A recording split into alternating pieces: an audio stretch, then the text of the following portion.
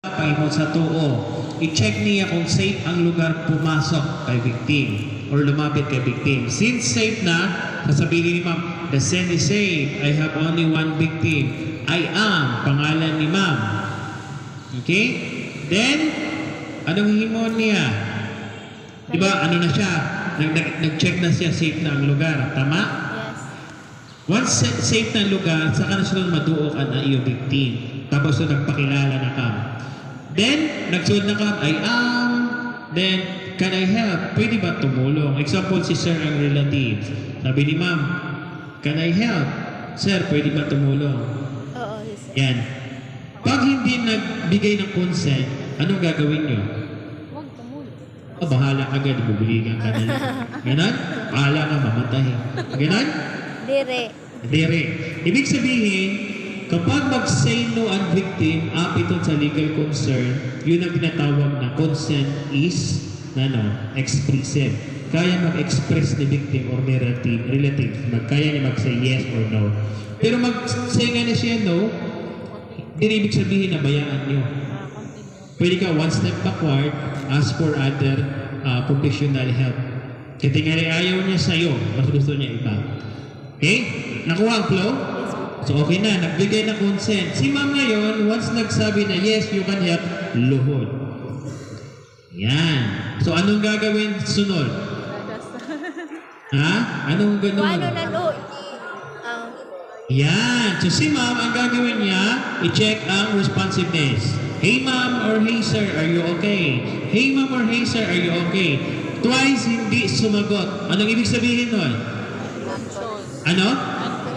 Kapag unconscious, na itong siya. Bakit ka matawag? Ha? Bakit kayo tatawag? Kailangan ng medical assistance. Yan. Kasi kapag unconscious si victim, once ma-check yung hindi nag-response, life-threatening condition na yan. Critical.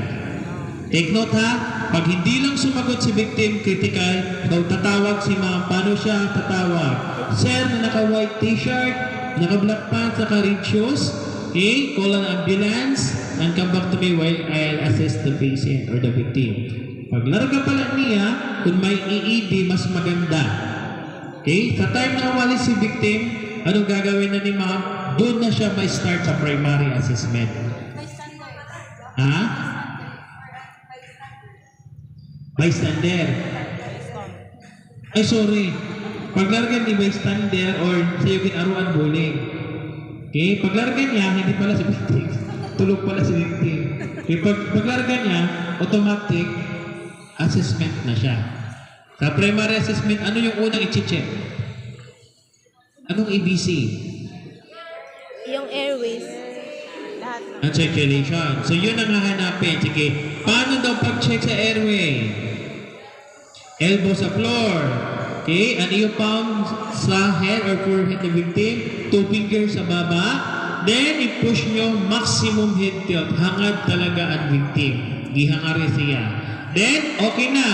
Imdan nyo ang mouth, may nakabara ba o wala or may object. Kapag wala, tapos na yung A. Anong sunod? B, breathing. So, using the LLF technique, si ma'am tingin sa dibdib.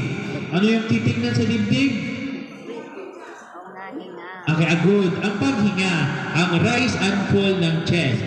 Kapag nakita nyo nag-rise and fall, ibig sabihin may breathing yan. Okay? Then, ang kamay, hawak na sa, tanang kita may Adam's apple, slide bababa. Kikombine na yan kapag cardiac arrest. Nag-check ka mo sa breathing, nag-check ka mo sa pulse. How many seconds? 10 seconds. So, si ma'am ngayon, bibilangan ta ha, nakatingin siya sa dibdib. Count. 1, 1,000, 2, 1,000, 3, 1,000, 4, 1,000, 5, 1,006, 1,007, 1,008, 1,009, 1,010. Victim, no pulse, no breathing. Anong nangyari? Ano nangyari? Cardiac? Arrest. Tama? Kapag na-cardiac arrest ang victim, ano ang ibibigay niyo sa kanya? Good, CPR. Paano ulit mag-CPR? CPR is combination of chest compression and rescue breathing. Dalawa. Ilang compression? 30. Ibig sabihin, 30 compression, 2 ventilation, ilang cycle? 5 seconds. So, yun. Yun ang gagawin ni ma'am ngayon. Pero ang gagawin ni ma'am is magma-mouth to mouth talaga siya. Ang normally na CPR ha? Mouth to mouth. Pero kayo, may mga pocket mask kayo, gagamit kayo ng pocket mask. I-demo lang niya paano or i-explain talaga paano paggamit ng pocket mask niya. So, bibilangan ta si ma'am, kay niyan, kayo ang gagawa sa ginagawa ni ma'am ngayon. Okay? So, ready ka na ma'am? Okay, may mga do's and don'ts kita. Ibig sabihin, 30 compression, di ba? May mga bawal sa compression. Una, okay? So, bawal tayo maging bouncer. Anong bouncer? Tingnan niyo si ma'am. 1, 2, 3, 4, 5, 6. Okay? So, bouncer ang tawag doon. Tingaling, iba na kanya papam. Adi na siya sa ubos-ubos tala. Eh, wala na sa proper placement sa kamay. Ikaduha na bawal ang bender. Paano ang bender? No, ma'am. 1, 2, 3. Nagbe-bend ang elbow niya. Bawal yan. Ikatulo, bawal ang double crosser. Ano ang double crosser? Yung kamay is nakapatong yung isa. Ma'am, ganito. Wait lang. Gano'n. Yan. Pag pinawisan kasi ito, delikado yan. Diba? O yan. Nasiko ang erong. Pak. Ito na, durugo. Na-picture ka ni Marites. Yun na, ipapriso ka na rigor. Diba? Next, double crosser, bawal iwan ang jerker. Ang jerker ito, mali kayo. 1, 2, 3, 4. So yun, jerker at tawag si Ton. May na pa ma'am? May na pa, pinakabawal. Kapag ang victim nyo is Absent kami. tawag si Ton, may dala ka cellphone o camera, nagko-compress ka mo. Tapos ang inyong ulo, anong ginagawa nyo? Imbis na mali ka ito, rakista. Okay, 1, 2, 3, 4, rock and roll. Gano'n. So, bawal yun. Diba? Masuwi pa ito si ma'am, rock and roll, rock. Bawal yan. Bender na ka. Pinakagrabe sa lahat, huwag na huwag niyong gagawin. Lalo na mga victim babae, ang first aider is lalaki. Okay, ang tawag dito is massager. Sige ma'am, 1, 2, 3, start. 1, 2, 3, 4, 5, 6. Okay? Pinakabawal itong siya. Okay? Ang kamay nyo dapat, magaw sir, kay bisan man na himuod talaga maiigo. Di ba? So na yung maruyag, maigo, nabuhay ka, o diri maigo, patay ka. Ang tawa si sir. Bago sa victim, maigo na lang, basta buhay. Okay? Sa atin na mga first aider on the safe side, para, kasi sa first aid, walang malis yan. Okay? Para lang bigyan natin ng dignidad si victim, pag nag-compress kita ang kamay nyo, buklad ito siya. O, nag-compress ka, dapat ganito ang kamay. Kasi kung ang kamay nyo nakaganon, di pa ka nagko-compress, na ka. Diba? Kapag kakamalan na kang kaagad na may intention, may malice intent, nakaganon ang kamay kahit dumuot ito siya, walang siya, malice intent. Diba? So, yun yung mga do's and don'ts. So, ang mga do's naman, dapat pag nagko-compress kita, tingnan nyo, ang heel of your hand sa sternum, sa gitna, center sa chest. Other hand, on top. Then, shoulder ng patient or first aider, parallel sa center sa chest. Katadungin siya kadto sa center sa chest. Okay, use sa weight sa your upper body, magbe-bend itong siya, ihulog lang niyo ang bigat ng katawan niyo para diri kang pagod. Kasi kung ang iyong pag-compress galing sa braso niyo, okay, yan, matanglay, magbe-bend pa kang sito. No, ha?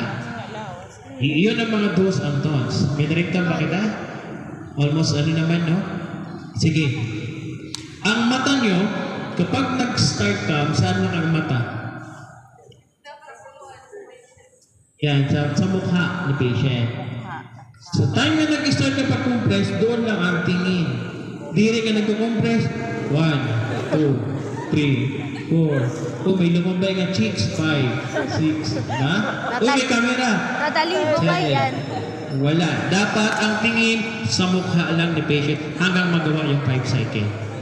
Ready na? Sige, kasi after sini, magre-return demo kita, mock demo. Kung anong ginawa ni Ma'am Algin sa mannequin, yun ang gagawin niya sa partner niyo. Kung nag-mouth to mouth si Ma'am sa mannequin, mag-mouth to mouth kayo sa partner niyo. Seryoso, mamaya. Anong yak? Hingan man, nagpaparong lakam light. Okay, so, back kita or very beginning, start. Okay? So, si Ma'am, ready ka na Ma'am? Gawin ni Ma'am yung 5 cycle. Observe nyo ha, para masanay ka, magbilang kayo. Kasi ang counting natin, standard decision purposes is 1 to 30. Diba ito dapat? 5 cycle. So, 30 times 5, ilan yun? 150. Mahala ito. 150. Okay? So, para ano kita, para prihas, ang counting niya, kaya kita 1, 2, 3, 4, 5, 6, 7, 8, 9, 10 hanggang 20. Then, balik kita sa 1, 2, 3, 4, 5, 6, 7, 8, 9, 1. Then, 2 blows. Then, ulit na naman. 1 to 20. Then, 1, 2, 3, 4, 5, 6, 7, 8, 9. 2. 2 blows. Then, 9, 3, 9, and 4, 9, and 5. 2 blows, done. Okay? Sige. Ma'am? Ready na?